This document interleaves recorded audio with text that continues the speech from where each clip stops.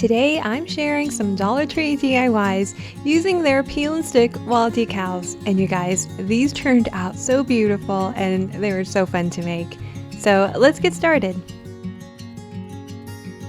Now lately the sticker aisle at my Dollar Tree has been quite bare, so sad, but surprisingly the peel and stick wall decal section was currently well stocked, so that's what we're crafting with today. They have so many pretty designs, like this one with the pink flowers and metallic gold. I knew I had to use it in one of these DIYs. I'll also be using the square ceramic tray from Dollar Tree. They also have a round one, so either one would work. So first I'm going to cut out a section of the decal that I think will sit nicely on this little tray. Since it's a smaller tray, I'm going to focus on the top part of the decal with the smaller flowers and just trim around that. To apply the decal, I'm going to peel back just a small section of the backing and fold it down. Then I'll line it up on one corner of the tray and press that down first. Once it's in place, I'll slowly pull away the rest of the backing while smoothing it down as I go to avoid any bubbles. I'm also going to add one of the individual flowers to help balance it out. I don't want to cover the whole tray. I want to keep it simple so it doesn't look too busy. I think it looks really clean and elegant that way. Next, I'm taking some rub and buff with a little sponge brush and lightly applying it all around the edge. This gives it a soft metallic edge and it really elevates the whole piece, tying in with the gold in the design. I'm going to seal it with some Mod Podge to protect the surface, especially since the ceramic isn't glazed. And this one is all done. You can use it for jewelry, a candle holder, or whatever you want.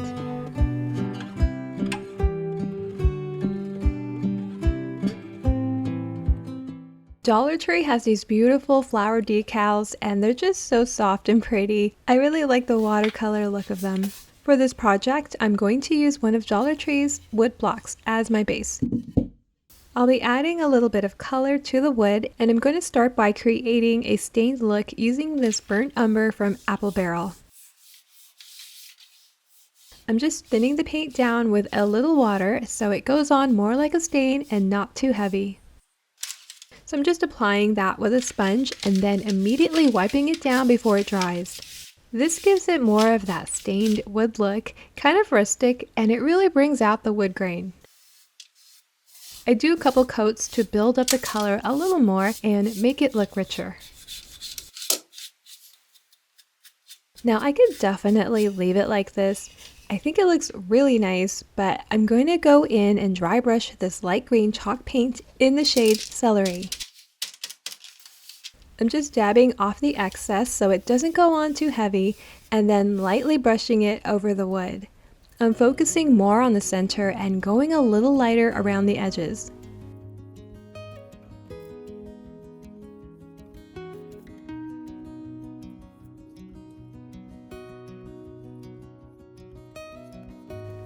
I'm also applying that same light green along the sides as well.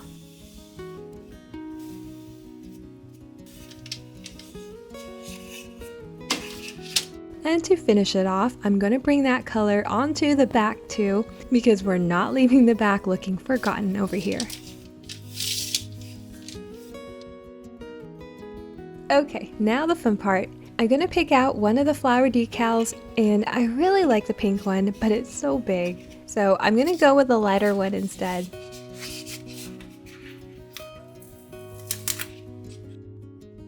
I don't want it right in the center, so I'm placing it a little more off to the left side. I just feel like it looks better that way.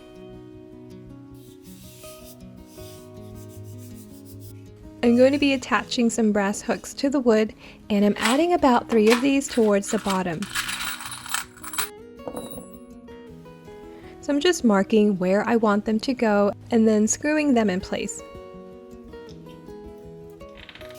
They actually go in pretty easily, so no need to pre-drill anything, which makes this part super simple.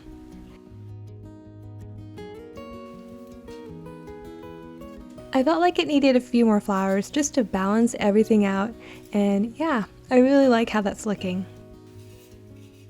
And finally, I'm going to seal everything with some Mod Podge. The decal is pretty thick, so I'm not too worried about it bubbling, but if you are, just do a really light coat. And if you do see any bubbles, just let it sit overnight and they usually disappear by the next day. Now, I probably should have done this before adding the hooks, but it's okay. We're just working around them now and it's going to dry clear. For hanging, I have a few options. I could use D-ring hangers and place them towards the top or a little bit lower, about an inch down, or I could place a sawtooth hanger and that would work pretty well too. But you know, I think I'm gonna go with something stronger and use these heavy-duty command Velcro strips so it's nice and secure and I don't have to put any holes in the wall. Now you can hang your keys on them or even use it for jewelry. It's just so versatile. And this one's done.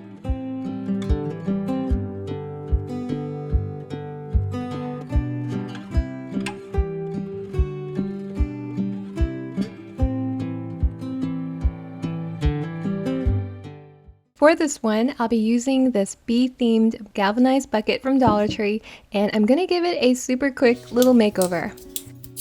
I'll be using the flower decals from the last project, and I'm just going to use the smaller ones, placing them along the bottom part of the bucket where it's nice and smooth.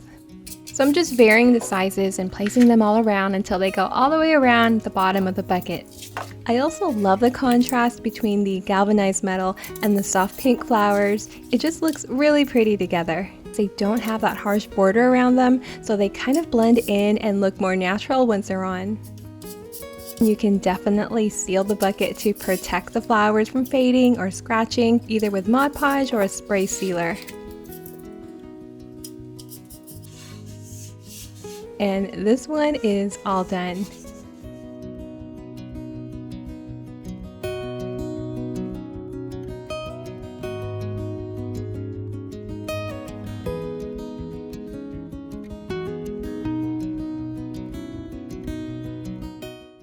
For this project, I'll be using this round wood riser from Michaels that I already had, and I've been wanting to make a riser, so this worked out perfectly.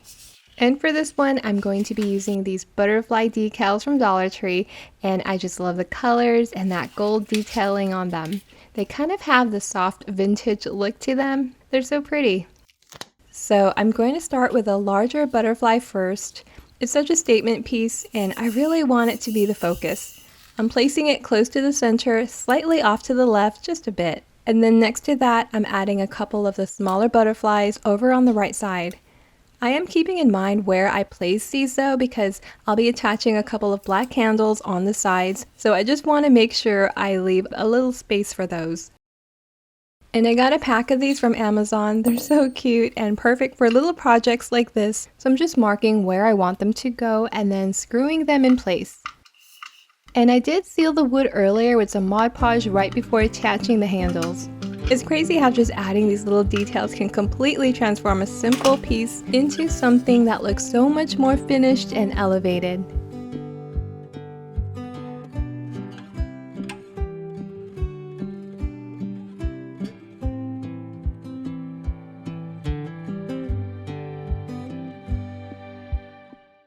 I really loved how that last one turned out. So for this one, I wanted to make something similar but using wood from Dollar Tree. I'll also be using about 4 of these paint stir sticks, and I just get a pack of 10 from my local hardware store. Now I'm going to use the paint stir sticks to frame the wood block and give the sides a nice clean border. For the long sides, I'm measuring the full length. For the shorter sides, I'm adding a little extra length so they can reach over the 2 side pieces and frame it from end to end. So to trim, I'm just using my miter box and saw, and I really like this one because it has those little pegs that hold the wood in place. It just makes everything feel more secure while you're cutting, and it gives such a nice clean cut. Here are the measurements I use, but you'll definitely want to double check your board since sizes can vary a bit. So I'm just lightly sanding the edges so that everything can glue together nicely. I'm going to give the wood a stained effect by mixing some acrylic paint with a little water, and I'm using burnt umber from Apple Barrel. It gives the wood that soft, slightly weathered look and really brings out the grain. For smaller projects like this, I usually prefer doing it this way instead of using wood stain, just because it's easier to work with, there's no strong fumes, and it dries pretty quick. Next, I'm going to paint the paint stir sticks in the shade Pure Gold from Folk Art. I'm fully painting the front side, but on the back, I'm only painting the part that will show, which is about 1/3. I'm leaving the section that will be glued down, the side with the white measure marks, unpainted so the glue can bond better.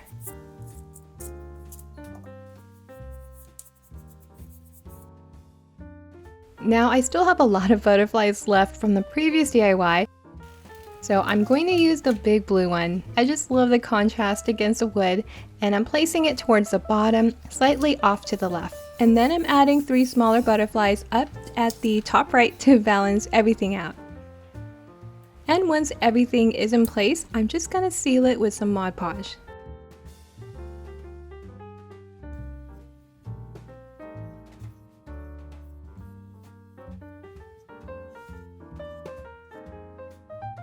Okay, once everything is dry, it's time to put it all together. I'm just adding some glue along each strip and attaching them one side at a time to build that frame around the board.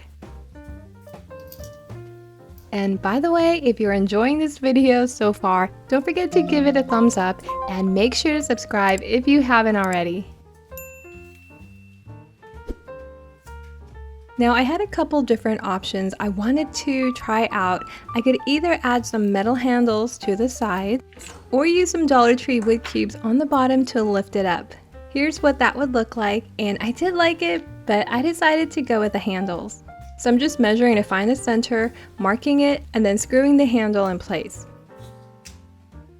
Now the paint sticks were a little dense and the screws were really small, so I did press a nail in first just to create a small starter hole, which made it a lot easier to get that screw in.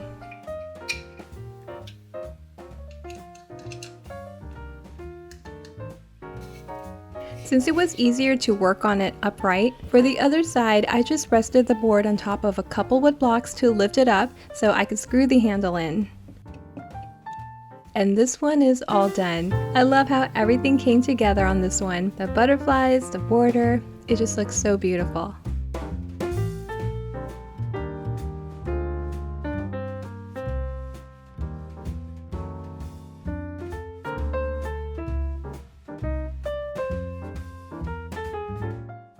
I have a couple LED pillar candles that I wanted to give a little refresh, and of course we're going in with butterflies again. I guess we're just committing to the theme at this point.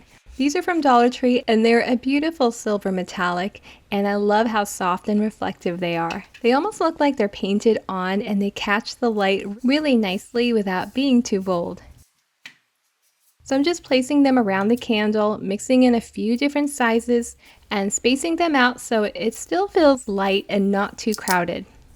I'm kind of turning the candle as I go and just placing them wherever it looks balanced. These are actually some older pillar candles that I've had for a while, and they weren't really working that well anymore. So I removed that little bulb part from the inside, and then I'm going to be adding a tea light candle instead. I could also use those battery operated tea lights from Dollar Tree. I have many of those. I just love how these look once they're on. They almost look like they're part of the candle, and that soft metallic finish catches the light beautifully.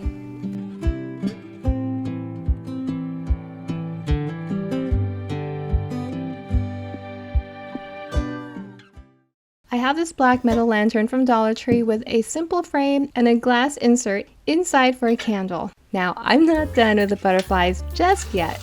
I thought it would look really nice to add the butterflies onto the candle so you can see them through the glass. Especially when it's lit, the butterflies will show through the glass and give it a soft, subtle effect.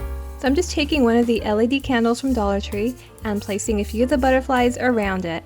Again, mixing the sizes and spacing them out so it doesn't feel too busy. Once that's done, I just place the candle right inside. And when it's turned on, you can see the butterflies right through the glass.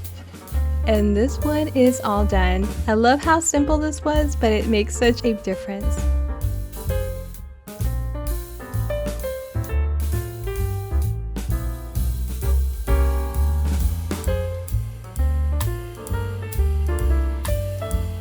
Thank you so much for watching. I hope these gave you some fun ideas and inspiration. Let me know in the comments which DIY was your favorite. I always love hearing from you. Until next time, bye!